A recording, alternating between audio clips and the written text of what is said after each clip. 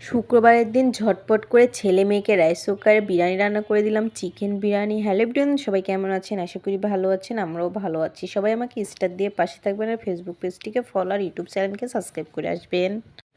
আজকে যেহেতু জুম্বার দিন, শুক্রবার হচ্ছে, সবাই ভালো মন্দ কিছু না কিছু রান্না করতেইছে।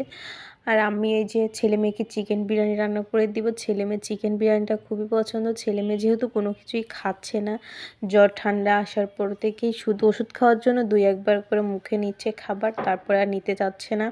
সেই জন্য মনে করলাম যে ছেলে মেয়েকে যদি চিকেন বিরিয়ানি রান্না করে দেই তাহলে ছেলে মেয়ে একটু খেতে পারবে। ওরা যেহেতু বিরিয়ানিটা খুব পছন্দ করে।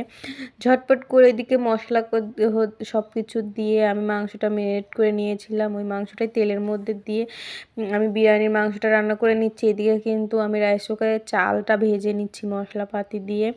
এদিকে চালটা রাইস কুকারে ভেজে নিতে নিতে আমার কিন্তু মাংসটা কিন্তু রান্না হয়ে গিয়েছিল। তারপরে যে রাইস কুকারের মধ্যে চাল ভেজে নেওয়ার পরই তারপরে মাংস, কিছু আলু আর পানি দিয়ে দিলাম, গরম পানি দিয়ে ঢাকনা দিয়ে দিলাম। ঢাকনা দিয়ে এখন রাইস কুকারে কিন্তু বিরিয়ানি রান্নাটা একদম ঝটপট করে হয়ে যাবে। এদিকে রাইস কুকারে আমি বিরিয়ানি রান্না করতেছিলাম। আপনাদের ভাইয়া নামাজে গিয়েছিল, ছেলের সঙ্গে নামাজ থেকেই যে বাসায় ফিরেছে। আর আমার ছেলেকে আমি জিজ্ঞাসা করতেছিলাম, বাবা তুমি নামাজ পড়ছো?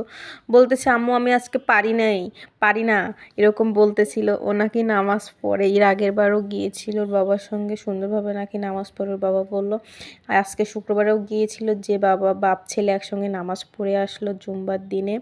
আর এই যে বাসায় আসার সময় তার বাবার থেকে চিপস কিনে নিয়েছিল, ভাই বোন একসঙ্গে চিপস খাচ্ছিল। আমার মেয়ে ওই রুমে ছিল। আর এই যে ওইদিকে আমার বিরিয়ানি রান্নাটা কমপ্লিট হয়ে গিয়েছে। এখন হাজবেন্ড, ছেলে মেয়ের সঙ্গে সবাই মিলে এখন বিরিয়ানিটা খাবো। আর বিরিয়ানির সঙ্গে কাঁচামরিচ, পেঁয়াজ, লেবু, টমেটো এগুলো দিয়ে খেতে কিন্তু ভালোই লাগে। আর বিরিয়ানির আলু আপনাদের কার কার পছন্দ অবশ্যই কমেন্ট করে জানাবেন। আলুটা একদম গলে গিয়েছে। আমি সামান্য আলু, তারপরে পেঁয়াজ, লেবু, কাঁচামরিচ, টমেটো এগুলো দিয়ে খাচ্ছিলাম বিরিয়ানিটা মজা হয়েছে সবার কাছে। আমাদের মুখে যেহেতু জ্বর ঠান্ডা, এখনও পুরোপুরি তো সুস্থ হয়নি, তেমন একটা টেস্ট আমার বুঝতেছি না। ওর বাবা বললো ভালো লাগতেছে। আর বরাবরই আমার হাজব্যান্ডের আমার তরকারি যে কোনো রান্না আমার খুবই পছন্দ, নাকি আমি যেটা রান্না করি আমার হাজব্যান্ড সেটাই বলে, তো শুনি। আর এইদিকে আমরা খাচ্ছিলাম সবাই মিলে।